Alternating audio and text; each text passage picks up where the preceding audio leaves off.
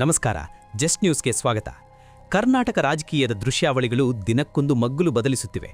ಮೈಸೂರಿನ ರನ್ವೇನಲ್ಲಿ ಶುರುವಾದ ಆ ಒಂದು ಭೇಟಿ ಈಗ ದೇಶದ ರಾಜಧಾನಿ ದೆಹಲಿಯತ್ತ ಎಲ್ಲರ ಚಿತ್ತ ಹರಿಯುವಂತೆ ಮಾಡಿದೆ. ಹೌದು, ರಾಜ್ಯ ರಾಜಕಾರಣದ ಮಹಾಮಂಥನಕ್ಕೆ ಈಗ ದೆಹಲಿಯ ಎಐಸಿಸಿ ಅಂಗಳ ಸಜ್ಜಾಗಿದೆ.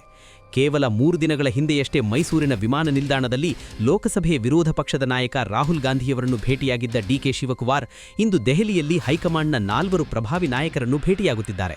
ಇದು ಕೇವಲ ಸೌಜನ್ಯದ ಭೇಟಿಯೇ ಅಥವಾ ಕರ್ನಾಟಕದ ನಾಯಕತ್ವ ಬದಲಾವಣೆಯ ಮುನ್ಸೂಚನೆಯೇ ಅನ್ನೋ ಪ್ರಶ್ನೆ ಹುಟ್ಟಿದೆ. ಇದೆಲ್ಲದಕ್ಕೂ ಉತ್ತರ ಇವತ್ತಿನ ಸಂಚಿಕೆಯಲ್ಲಿ ಕೊಡ್ತೀನಿ. ಆದರೆ ಅದಕ್ಕೂ ಮುಂಚೆ ನಮ್ಮ ಜಸ್ಟ್ ನ್ಯೂಸ್ ಅನ್ನು ಸಬ್ಸ್ಕ್ರೈಬ್ ಮಾಡ್ಕೊಂಡಿಲ್ಲ ಅಂದ್ರೆ ಈ ಕೂಡಲೇ ಮಾಡ್ಕೊಳ್ಳಿ. ಕಳೆದ ಮಂಗಳವಾರ ಮೈಸೂರಿನ ಮಂಡಕಳ್ಳಿ ವಿಮಾನ ನಿಲ್ದಾಣದಲ್ಲಿ ನಡೆದ ಆ ಘಟನೆ ಇಡೀ ರಾಜ್ಯದ ಗಮನ ಸೆಳೆದಿತ್ತು. ರಾಹುಲ್ ಗಾಂಧಿ ವಿಮಾನ ಹತ್ತುವ ಮುನ್ನ ಡಿಕೆಶಿ ಅವರೊಂದಿಗೆ ನಡೆಸಿದ ಆ ಕೆಲವೇ ನಿಮಿಷಗಳ ಮಾತುಕತೆ ರಾಜ್ಯ ಕಾಂಗ್ರೆಸ್ನಲ್ಲಿ ಸಂಚಲನ ಮೂಡಿಸಿತ್ತು. ಅಂದು ರಾಹುಲ್ ಗಾಂಧಿಯವರ ಕಿವಿಯಲ್ಲಿ ಡಿಕೆಶಿ ಹೇಳಿದ್ದೇನು? ತಮ್ಮ ಒಲವು ಮತ್ತು ನಿಲುವುಗಳನ್ನು ಬಹಿರಂಗವಾಗಿ ಹಂಚಿಕೊಂಡಿದ್ದ ಶಿವಕುಮಾರ್ ಅವರಿಗೆ ಹೈಕಮಾಂಡ್ ಕೊಟ್ಟ ಭರವಸೆ ಏನು? ಈ ಪ್ರಶ್ನೆಗಳು ಕಾಡುತ್ತಿರುವ ಬೆನ್ನಲ್ಲೇ ಶುಕ್ರವಾರ ದೆಹಲಿಯಲ್ಲಿ ನಡೆಯಲಿರುವ ಈ ಸಭೆ ಮತ್ತಷ್ಟು ಕುತೂಹಲಕ್ಕೆ ಕಾರಣವಾಗಿದೆ. ಶುಕ್ರವಾರ ಮಧ್ಯಾಹ್ನ ದೆಹಲಿಯ ಎಐಸಿಸಿ ಕಚೇರಿಯಲ್ಲಿ ನಡೆಯಲಿರುವ ಈ ಸಭೆಯಲ್ಲಿ ಕೇವಲ ಕರ್ನಾಟಕ ಮಾತ್ರವಲ್ಲ, ರಾಷ್ಟ್ರ ರಾಜಕಾರಣದ ಲೆಕ್ಕಾಚಾರವೂ ಇದೆ. ಅಸ್ಸಾಂ ವಿಧಾನಸಭೆ ಚುನಾವಣೆಯ ಹಿನ್ನೆಲೆಯಲ್ಲಿ ಈ ಮಹತ್ವದ ಸಭೆ ಆಯೋಜನೆಯಾಗಿದೆ. ಅಸ್ಸಾಂ ಚುನಾವಣೆಯ ವೀಕ್ಷಕರಾಗಿ ದೊಡ್ಡ ಜವಾಬ್ದಾರಿ ಹೊತ್ತಿರುವ ಡಿಕೆ ಶಿವಕುಮಾರ್ ಈ ಸಭೆಯ ಕೇಂದ್ರಬಿಂದುವಾಗಿದೆ. ಈ ಸಭೆಯಲ್ಲಿ ಯಾರೆಲ್ಲ ಇರಲಿದ್ದಾರೆ ಗೊತ್ತಾ?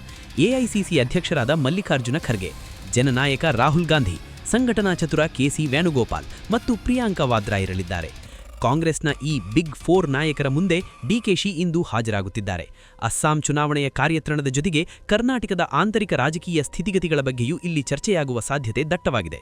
ರಾಜಕೀಯ ವಿಶ್ಲೇಷಕರ ಪ್ರಕಾರ ಅಸ್ಸಾಂ ಚುನಾವಣೆ ಎಂಬುದು ಕೇವಲ ಒಂದು ನೆಪವಷ್ಟೇ.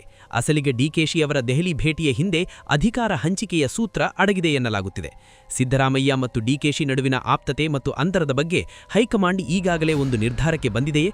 ಪ್ರಿಯಾಂಕಾ ಗಾಂಧಿ ಮತ್ತು ರಾಹುಲ್ ಗಾಂಧಿಯವರ ಸಮ್ಮುಖದಲ್ಲಿ ಡಿಕೆಶಿ ತಮ್ಮ ಮುಂದಿನ ಹಾದಿಯನ್ನು ಸ್ಪಷ್ಟಪಡಿಸಲಿದ್ದಾರಾ? ಕರ್ನಾಟಕದಲ್ಲಿ ನಾಯಕತ್ವ ಬದಲಾವಣೆಯ ಮುಹೂರ್ತ ಈ ಸಭೆಯಲ್ಲಿ ನಿಗದಿಯಾಗುತ್ತದೆ ಎಂಬುದು ಈಗ $1 ಮಿಲಿಯನ್ ಪ್ರಶ್ನೆ. ಒಟ್ಟಿನಲ್ಲಿ ದೆಹಲಿಯ ಚಳಿ ನಡುವೆಯೂ ಕರ್ನಾಟಕ ರಾಜಕಾರಣದ ಕಾವು ಏರುತ್ತಿದೆ. ಮೈಸೂರಿನಿಂದ ದೆಹಲಿವರೆಗೆ ಡಿಕೆ ಶಿವಕುಮಾರ್ ನಡೆಸುತ್ತಿರುವ ಈ ರಾಜತಾಂತ್ರಿಕ ಸಂಚಾರ ರಾಜ್ಯದ ರಾಜಕೀಯ ಭವಿಷ್ಯವನ್ನು ಹೇಗೆ ಬದಲಾಯಿಸಲಿದೆ ಎಂಬುದನ್ನು ಕಾದು ನೋಡಬೇಕಿದೆ. ಅಸ್ಸಾಂ ಗೆಲುವಿನ ಮಂತ್ರದ ಜೊತೆಗೆ ಕರ್ನಾಟಕದ ಕುರ್ಚಿ ಮಂತ್ರವೂ ಈ ಸಭೆಯಲ್ಲಿ ಜಪವಾಗುವುದಂತೂ ಖಚಿತ. ಮುಂದಿನ ಅಪ್ಡೇಟ್ಗಳಿಗಾಗಿ ನಮ್ಮ ಚಾನೆಲ್ ಅನ್ನು ಸಬ್ಸ್ಕ್ರೈಬ್ ಮಾಡಿಕೊಳ್ಳಿ. ನಾಳೆ ಮತ್ತೊಂದು ವಿಡಿಯೋದೊಂದಿಗೆ ನಿಮ್ಮ ಮುಂದೆ ಬರ್ತೀವಿ. ಅಲ್ಲಿಯವರೆಗೂ ಗುಡ್ ಬೈ.